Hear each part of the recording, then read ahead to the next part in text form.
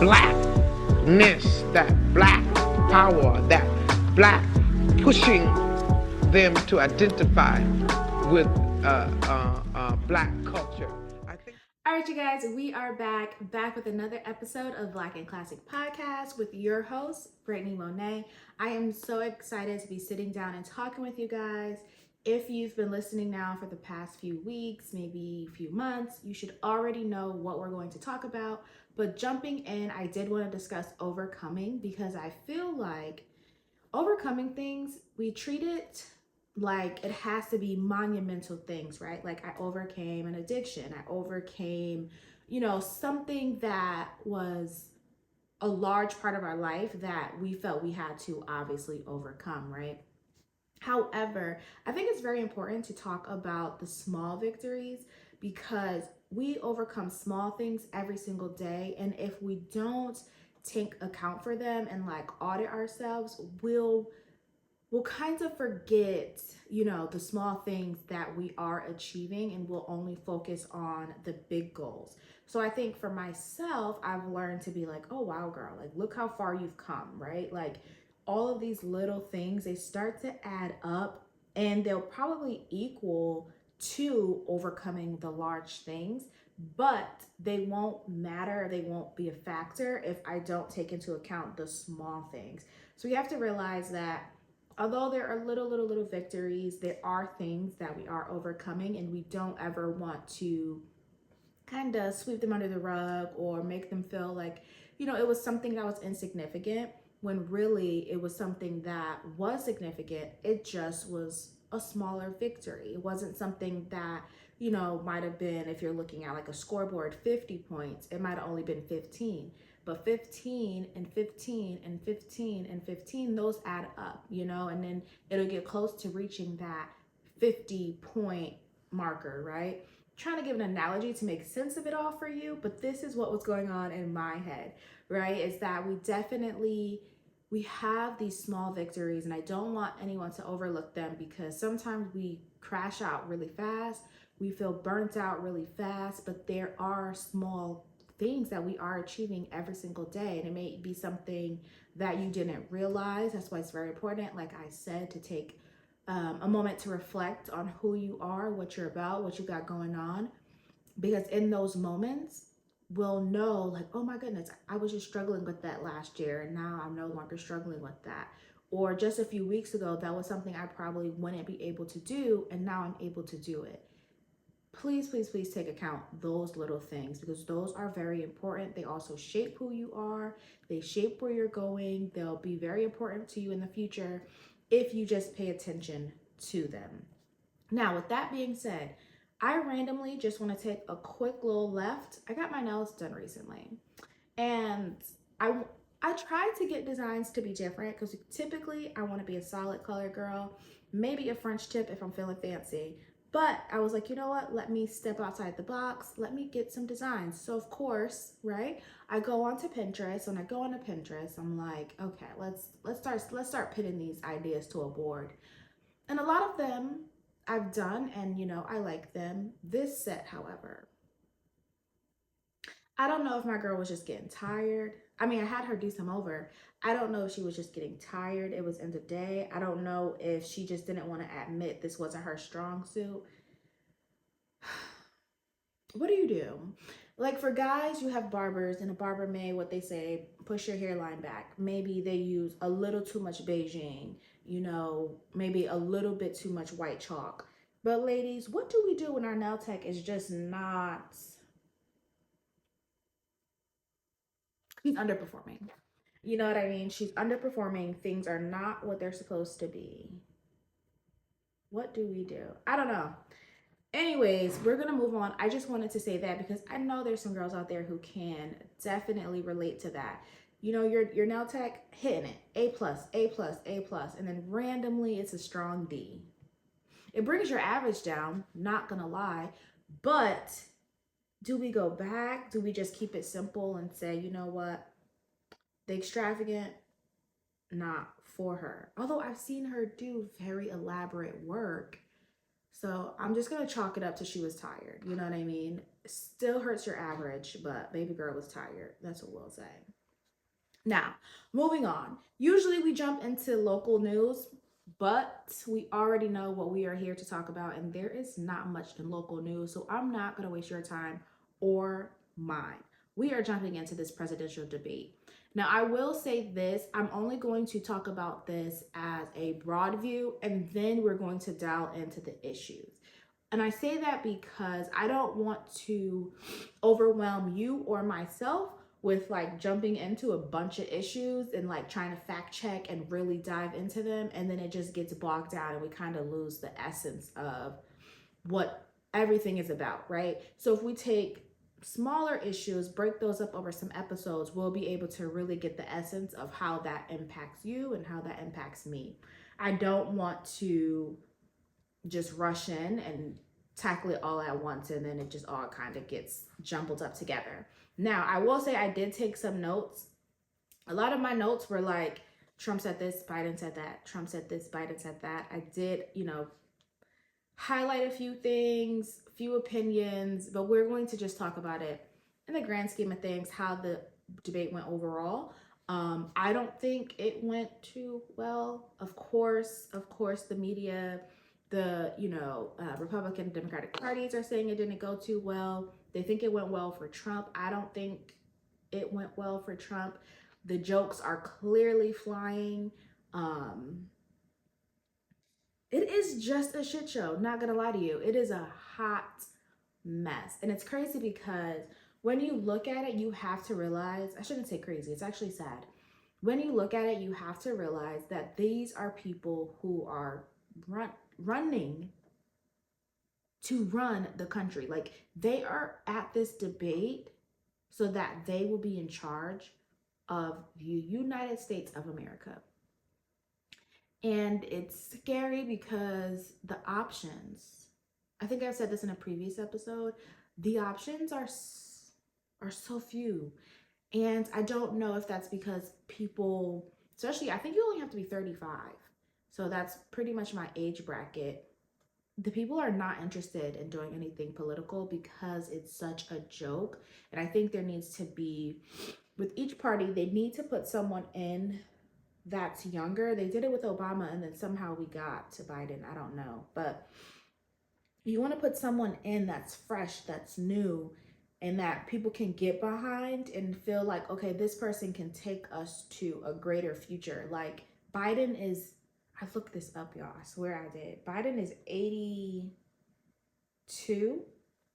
I think Biden's 82 and I think Trump is 73. Already, that's just too fucking old. I'm not gonna lie to you. I feel like 35, 65, let's cap it. No way this man needs to be 80 something years old running the country. He can barely hold his bowels and you want him to run the country? It just does not make sense to me. 35, 65, cap it. If we got an age limit to which you can run, we should have an age limit into which you need to be, like disqualified, babe. You don't measure up because I struggle with understanding why they have to be so old, but maybe that's ageist. I don't know. I just know in my 80s, babe, I'm not trying to run for no president of nobody's country. Not in my 80s. People barely want to work past 65. They're ready for the age of retirement, and somehow presidents don't have to retire. That's wild to me. Anyways, let's get into this debate before I just go on to multiple tangents, because y'all know I will run down a tangent, okay? So first up, when I started watching, I do believe it might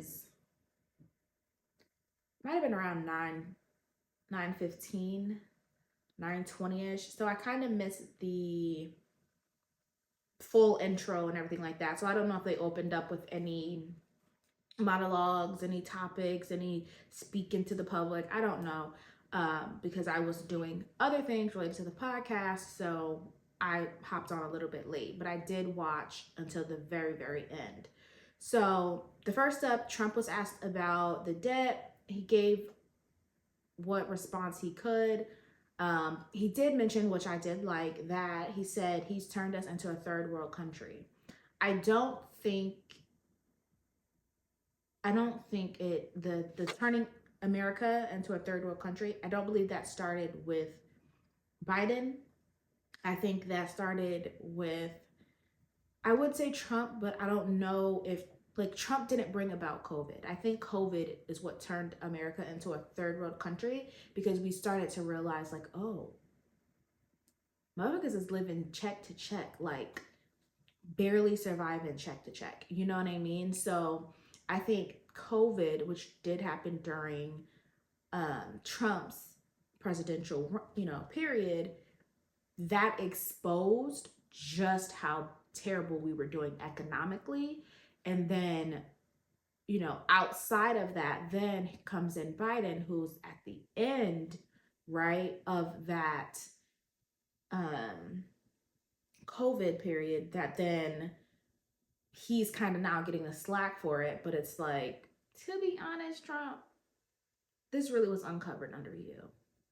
You know what I'm saying? That's why you were doing COVID checks, unemployment was going crazy, PPP loans, all of that had to happen because we realized, wow, Americans really aren't surviving, are they? So that was interesting that he said that. But in my personal opinion, again, I do believe it happened under Trump due to COVID. I literally wrote down Biden mumbo jumbo stuttering. I think this might have been, and please do not quote me because I don't have like timestamps or anything like that. My notes were literally like in real time, just typing up what I thought was, about the debate. I do believe this was that period where Biden was asked a question and then he answered maybe like 6 questions, and he kept realizing that he was not answering. It was almost like he had an earpiece in and he was trying to say what they were telling him to say, but then his mind would kick in and be like, well, I'm a politician, I know what I'm doing. And he would say something and then he'd be like, oh, no, no, no, no. And he'd have to go back to what the person was saying in his ear, like they were in his ear, like, no, Biden, no, Biden. That's what it felt like to me, because it was like so many thoughts were coming out, but none of them were complete thoughts. It was like an incomplete thought, an incomplete thought, an incomplete thought. And then he'd like try to like make a joke about Trump. And I don't know why my nose is running so bad. I think because, another little side tangent for the girlies, when you do your makeup, does it cause your nose to run? It does for me. I saw on TikTok, because TikTok swears they have all the answers, that when you like beat your face, beauty blender, brush, whatever you use, it's breaking up your sinuses. So then it causes your nose to run. I also heard people say, well, you're just allergic to makeup, so that causes your nose to run. I'm going with the latter. I do believe it's that when I'm, blending and I'm pounding around my nose, it's causing my sinuses to break up and obviously my nose to run. I don't know. It's very, very irritating. It is. I'm telling you. It's so annoying because your nose runs constantly every single time I do my makeup. I thought it was just me. Thank God I did learn on TikTok that we are not super individualistic. You know what I'm saying? Everyone has shared experiences. So I was happy to learn that it wasn't just me and I didn't need to forego makeup because my nose always runs. So that's a side note, but it's very annoying. Oh, okay, yep. So it was, because my next note, I'm sorry, y'all, I'm all over the place, but this debate was insane to me. And I'm trying to make sense of my notes, but that would be so hard because the debate itself did not make sense. So making sense of something that didn't make sense is hard. So this was that part, because the next note I have, it says Trump says he's beating Medicare to death. So that was indeed in order. I am remembering that correctly. Then they go into abortion. So the moderators, they switch gears and they talk about abortion. I'm guessing Biden said something, because I have here that Trump said that they would not block the abortion pill, which I do believe. I do believe that they won't block the abortion pill because Trump is for his people. And I don't mean white people. I mean, he is for the millionaires, billionaires. He's for those people. So there's no way that you would block something that prevents pregnancy, because you may not want abortion, right? But blocking pregnancy, I just could not see them doing that, because you have to think of all these billionaires who have wives and things, like they have too much to lose the abortion pill. I'll just put it that way. They have too much to lose the abortion pill. It would be the murder rate if you're following my line of thinking, the murder rate will jump up. Like, I mean, it will skyrocket. It'll be people missing, it'll be dead babies, and just, it would be insane to me, because you have too much to lose. And these millionaires and these billionaires, child, they be freaky deaky, okay? And they can't. I did like that Trump mentioned that he wanted to give back. I don't know. Again, I will fact check this later. I'm just going off of overall what was said, because a lot of people are like, oh, it's lies. Well, do the lies sound good? Not for nothing. I hate when people say, but he lied, but he lied. Politicians lie, babe. Like, am I off in that, or do politicians lie? Like, of course he lied. Who lies sound better? At that point, that's all it's about, right? Who lies sounds better. So he said that he would give abortion back to the states. That was the whole point. They wanted to make sure that the states can make that individual decision about abortion. I think that makes a lot of sense. I don't think it needs to be something that's run by the federal government. Give it back to the states. If your state, like a lot of people live in California and they don't agree with Governor Newsom, right? Move out of California. That's what I think. People who live in Florida, but they don't agree with Governor DeSantis, move out of Florida. I think we have that choice to move. We have that choice to vote, to get involved. If something's not happening how you want it to happen, move or vote.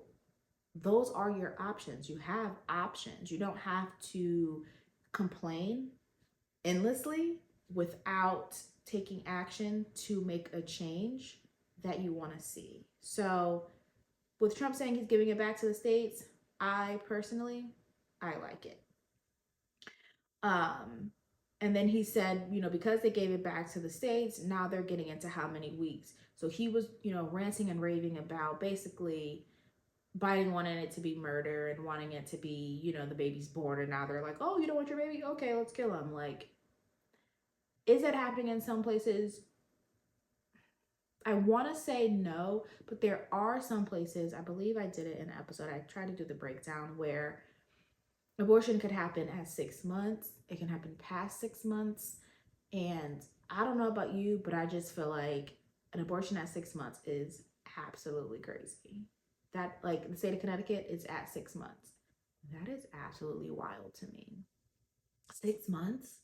And then you're like, oh, well, not gonna have this baby. Crazy. Biden comes back and he said Trump made a terrible decision. And he said that's like turning civil rights back to the states. I'm sorry. I don't care what you say. Biden ate him up with that. He ate him up. Absolutely devoured. Turning civil rights back to the states. I loved that. Now, although I was agreeing with Trump, Biden did do his little one on that, because that is such a valid point and a perspective if you're thinking about it from that way. I did applaud Biden, but again, I feel like it was someone in his earpiece, because at some points he was very lucid. Like, that was a very lucid thought, right? Like, saying to states, yeah, well, you can decide, based on your state, if you want to do this or how you want to handle it. You can do the same thing with civil rights, because then you can go to a state and be like, hey, we've decided we're going to overturn all of that.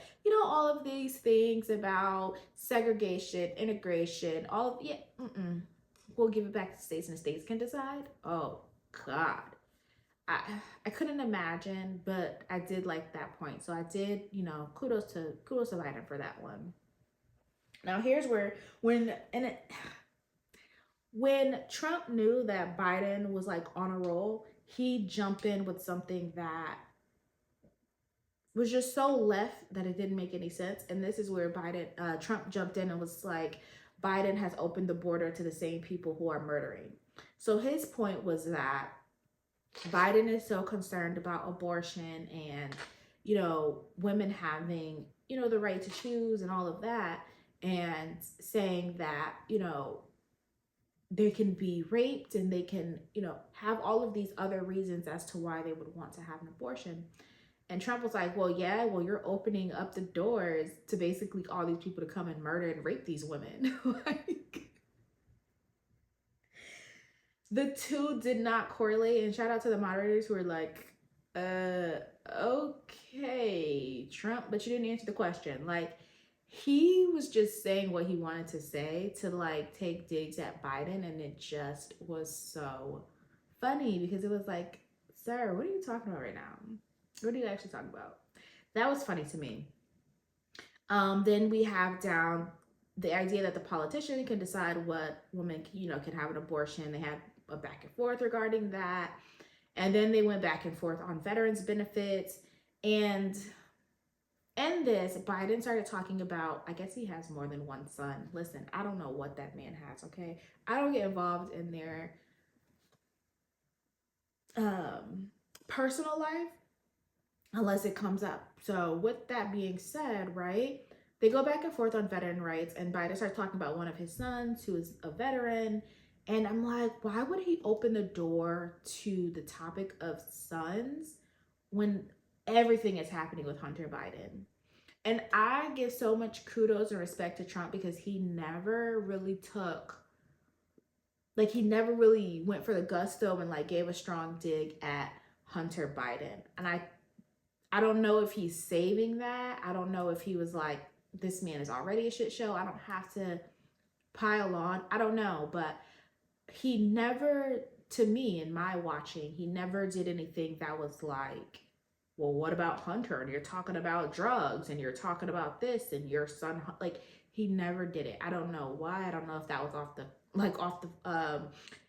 list of like things you could talk about. I don't know. But he didn't.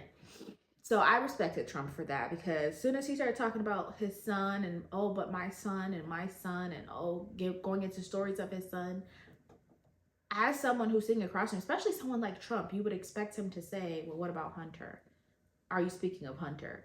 I don't know. Something about that really would have woke this up and really, I think took this debate to the next level. But he didn't. So, kudos to him. Biden said that Trump is a war criminal. Russia wants all of Ukraine. Biden wants to strengthen and rely on our allies. And again, if we're talking about strong points, Trump hit him with the, we are paying everyone else's bills. Oh, listen, that could have wrapped it up right there for me, because didn't I just say this? All this tax money, and it's being used for what? To pay everyone else's bills. Oh, you got a problem, you're getting into war. Okay, here comes America taking on more debt to then go and bail someone out. For what? Oh, you got a situation. Okay, let's go over here and help out these people. And now you got Israeli war, Palestine, Ukraine. Like, we're doing everything but helping Americans. And that is why Trump says, make America great again. He says that because he wants to bring the focus back to America. Now, how is he doing that? I don't know. Do I think he's doing that? I don't know. But what I do know is it is a simpler message to get behind when you focus on the money, the manyan. When you focus on that, then you realize we might need to make America great again, because the fact that we running out and jumping in front of everybody bullets, it don't too much make sense. But the moderators jumped in and they're like, hey, Trump, that's beautiful, but we're talking about January 6th. I did take note of that, because any question he would not address. And his answer was, well, I don't think too many people believe that. And he went right back into the border. He went back to inflation. He was saying they don't respect Biden, saying people in other countries don't respect Biden. And then he said Black unemployment was lower under him. And this is where we got interesting. This, I think, had all Black Americans like, excuse me, run that back. What exactly are you talking about? So Trump kind of ignores the question about January 6th. He starts talking about border control, inflation, respecting our president, meaning Biden. Then he says, the U.S. Reputation under Joe Biden. Biden goes in to talk about small black business, unemployment, all these other things. Trump interjects and says, but they are taking black jobs. Now, he didn't stop there. He said black jobs. He said another group. I cannot remember. Was it Hispanic? I can't remember. But he did definitely say they are taking black jobs. And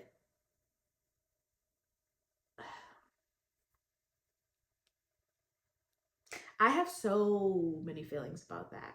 I think that went to show how disconnected, how aloof, how little he thinks of Black Americans, because what and all that is good is a black job. What is it? What exactly is it? I don't know of any black jobs. And what's wild is you have a lot of his counterparts, not to mention, okay, they want to get rid of diversity and inclusion because they feel like D&I is really just giving jobs away only to minorities, Black, Hispanic, Asian, whatever. They feel it's only giving those jobs to those people based on their ethnicity. And, they don't like it because they're like, well, these people might not even be qualified, but because they're Black, we're going to put them in the seat.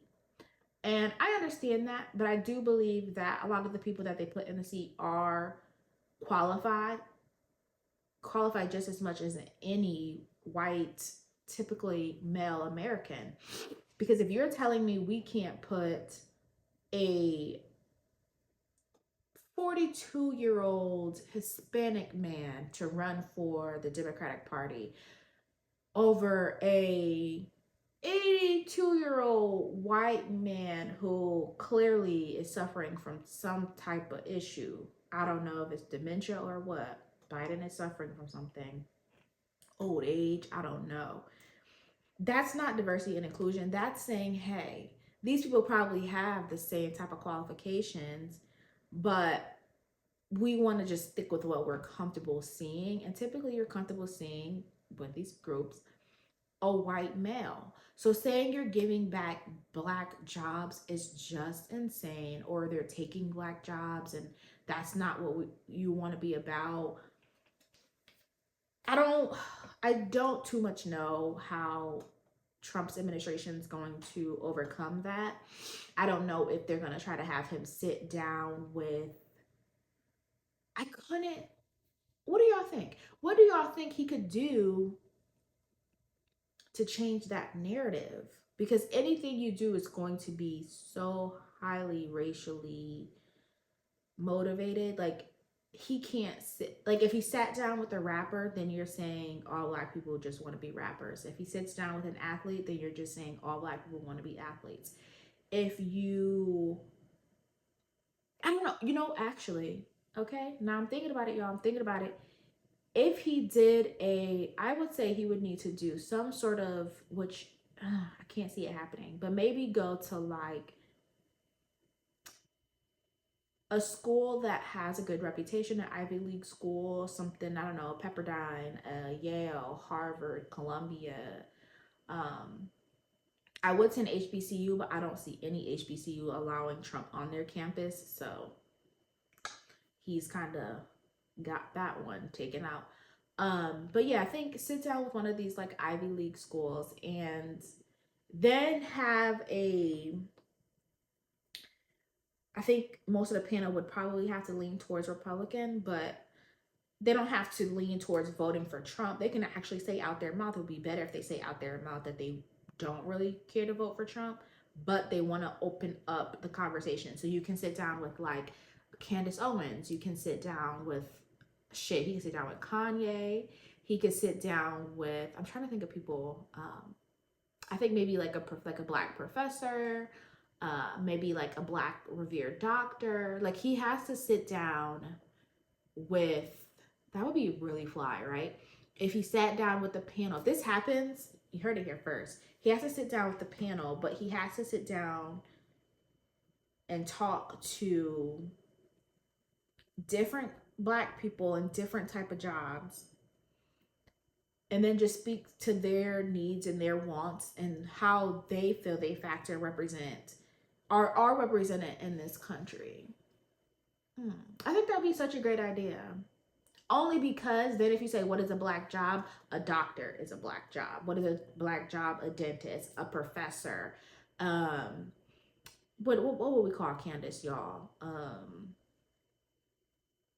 Like a media personality, correspondent, journalist. Then you could have Kanye up there, a rapper. Like all of those things are black jobs, and why are those things so important? Why is it so important that they be able to remain in their jobs and everything like that? That'd be a cute little idea. That might help him. I don't think it'll save him, because of course what he meant is what he said. It's no way to disregard that. He said what he meant and how he meant it. They're taking black jobs. So there indeed was that. I don't know. That shit blew my mind. I can't. It blew my mind in ways that you would not imagine. Why in the world would that man let that thought out his mouth? Like, it's okay that it runs across your mind, because thoughts run across our minds all day long. And sometimes they're not the most politically correct. And that's why we don't say them, right? So the fact that he opened his mouth, his big orange mouth, to say, what are black jobs? They're taking black jobs. I don't know. I'm pretty sure okay, I had one more thing. This must have been like way towards the end, because it says, I wish he was a great president because I wouldn't be here. Again, when we're talking about ate him up, Trump ate Biden. Like, imagine saying to someone, well, if you were good at your job, I wouldn't need to be here. That is so rude. That is so rude and so shady. Well, if you were doing what you're supposed to do, then I wouldn't even be necessary. Trump, that is low, babes. That is low. And not gonna lie, he's telling the truth. You know what I'm saying? If Biden wasn't so bad, and if he didn't lose the people how he lost them, we might have a better Republican option. But we don't, because Biden is so bad that it's like you kind of have to go at it from a different perspective. And that's what Trump did. Trump was like, I see all that you're doing, but the people really out here, they don't too much like it. So what I'm going to do is I'm going to run, but I'm going to run off of all of your weaknesses. And that's why he was saying, if you were so great, I wouldn't need to be here. Like, you are so bad that you make me look good.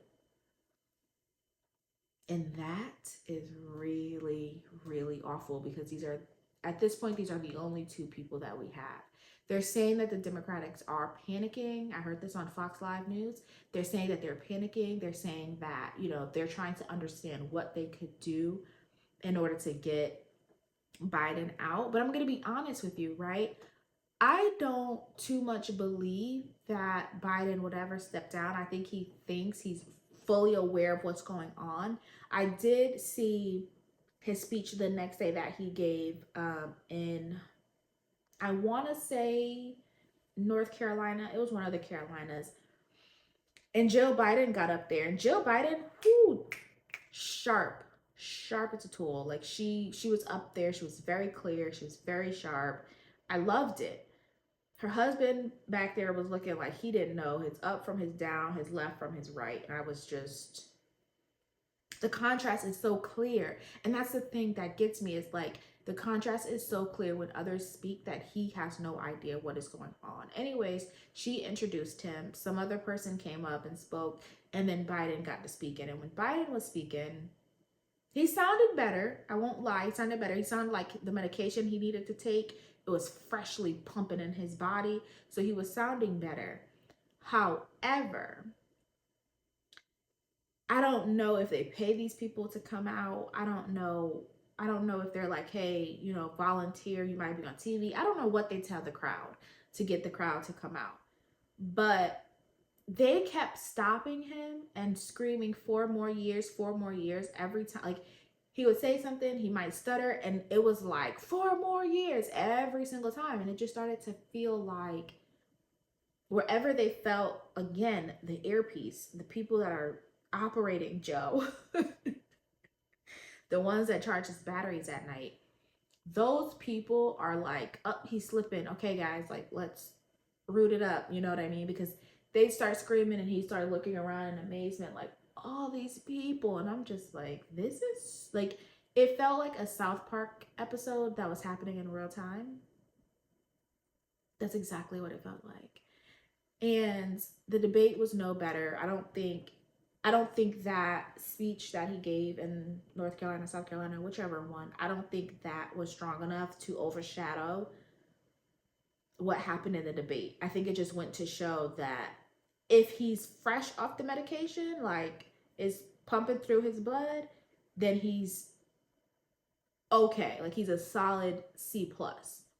If it's not, it's a full F. At no point does he ever reach A plus status. Y'all know I love an analogy. At no point does he reach A plus status. Like, he's going from C to F. In another 4 years, y'all think this man has another 4 years and he can barely get past C plus? Like, he's averaging a C plus. It's no way. Like, it's no way. But they said Democrats don't know what to do about it. They're just as lost as the people. I am really concerned about that because there has to be some other politicians somewhere. We gotta find them. They've got to make this new. They've got to make this fresh so we can get some new blood up in here, some different people, because Biden don't got another 4 in him. He does not have another 4. And we can't have a president, clock out while on a shift. We can't have that. And my last little note here is, this is just something as a little stickler who pays attention to all the little minute details. Biden said, and the idea, and the idea, and he said the idea, those 2 words, the idea. I think every time he spoke, he said it out his mouth at least 6 times. And if you've taken a shot, every single time he said the idea, you would be past alcohol poisoning, okay? That man said that so much. I was like, he sounds like a broken record because nothing feels like he's here, like he's mentally here. It was like he knew the like lines to say, but they weren't all connected. It was like a puzzle piece in his head, right? Like, all the pieces and the words are there, and he had filler things to say to try to get the sentences connected, but they just wouldn't connect. And it was just so hard to watch. Very hard to watch. Felt very embarrassing. And I was over here like, I'm trying to have some type of American pride. Pride in my country. Pride in being an American, a Black American. But child, they taking the Black jobs. Our president is 2 seconds away from clocking out for life. And our other option is, it's a lot. It is actually a lot. But as we move on and we get closer to the actual election, we're going to break down some of these ideas. So we're going to look at inflation, of course. We're going to look at border control. We're going to look at abortion. We're going to break these topics down, and we're definitely going to dig into them deeper, because the only way that we can make an informed decision about who we'll vote for is if we actually know what we're voting for, right? Like, I heard someone say, well, if we vote for Trump, then we're giving him more selections for the Supreme Court, meaning he can put more people up there who kind of think his way, which is scary because, again, what are black jobs? So if we keep that in mind, it's like, I don't too much know if I want to go Trump. Then you have to weigh the alternative. Well, if I go Biden and Biden don't survive, who then, right? Is it Kamala Harris? Y'all, please. What is she about? You know what I'm saying? I never see her at anything. I don't know. They, again, diversity and inclusion. They gave Mama the ticket, they gave her the job, and they were like, okay, thanks. Just sit over there quietly. And I think she needs to say more because at least it's something going on up here. But I digress. I will leave that for another day. But we're definitely going to break this down because clearly now things are going to be revving up. There's going to be a lot of pieces moving, a lot of, trying to counter what was said, trying to fix what was said, trying to change the opinion of Americans. And we definitely have to pay attention because I do want us to get involved in voting so we're not just complaining, because a lot of this does impact us on a day-to-day level, and it may not impact us now, but because a lot of us are trying to become millionaires, break generational curses, and do all of these great things. But if we don't know what's happening now, by the time we get to where we need to be, it's going to be too late. You know what I mean? Like, the rules are always changing, things are always happening, and we have to know what's going on. So if you want to be a multimillionaire, you need to be tapped in because they are putting in place taxes, they're putting in place all kind of things that will impact your money. And if you're like, oh, well, I don't care, I don't get involved in politics, well, then you don't care about your money. You don't care about your benefits. You don't care about your health care. You don't care. Like, it's a lot of things. It's a lot of things you're leaving up to people that you should get involved in. And it's not to say that, we can totally control by voting, but at least we are informed of what the person is doing. So when there are situations, we can know how it impacts us, right? Like, if they are just calling the shots to call the shots, we should at least know what shot is being called. Don't be so obtuse and just so untapped in that you're not even knowing how these people are taking advantage of you. So, anyways, with that being said, we are definitely going to break this down some more because I do think it is obviously so important.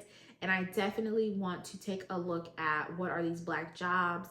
I definitely want to take a look at the black unemployment that they say they've lowered. I want to get into all of that because it is important, especially as a black American, that I know what these people are talking about if they say it impacts me. There was no talk, first of all, because I did mention this on Instagram, there was no talk of student loans. None. I don't know if Biden felt he did enough, but I'm going to need JoJo to get back on board with the student loan forgiveness ASAPually. Because if we can dump money into Ukraine, into all these other different wars, and we're thinking about drafting people, and Trump loved to kept saying he's taking us back to World War III. If we can focus the money over there, then I think we should be good with just clearing up some student loan debt. You know what I mean? At least more money can now be poured back into the economy.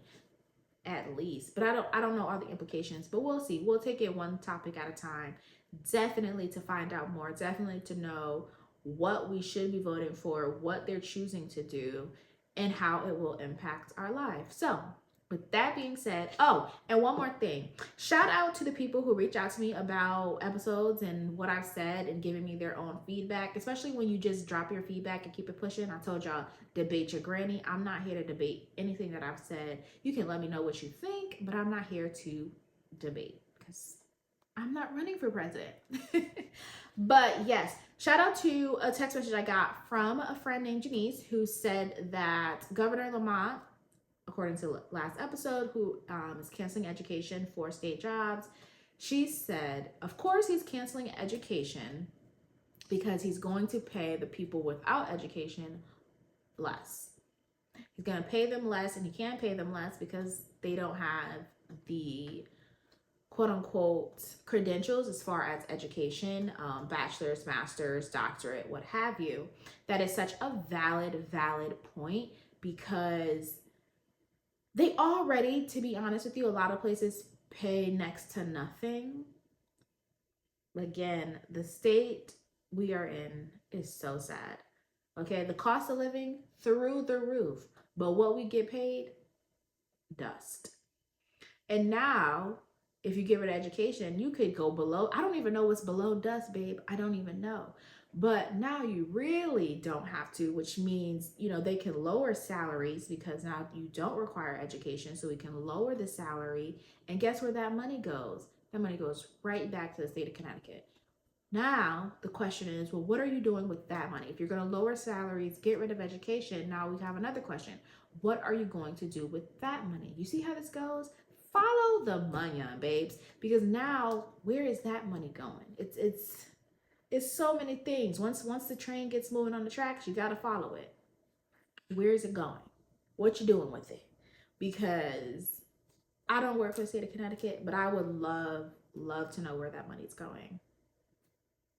Is it going back? Are you giving benefits? Is it better benefits? Is it going to go into, because we're talking about jobs, right? So now are you taking that money to put it into the healthcare for state of Connecticut workers?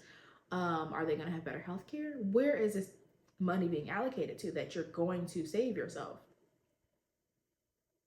That you've now, see, that's why I love people give me ideas, because now what you've done is you've shaped basically saving yourself money as a positive for the people. Tricky. But yes, that was such a great point. I definitely wanted to touch on that. But with that being said, this is the end. We are wrapped up. Thank you guys so much for tuning in to another episode of Black and Classic Podcast. Please always remember, like, comment, subscribe. And of course, we are always streaming in live on Apple Podcasts, Spotify, Google Podcasts. Girl, anywhere you want to listen to a podcast, please believe Black and Classic is there. So I will be talking to you guys next week. Thank you so much for tuning in. Bye.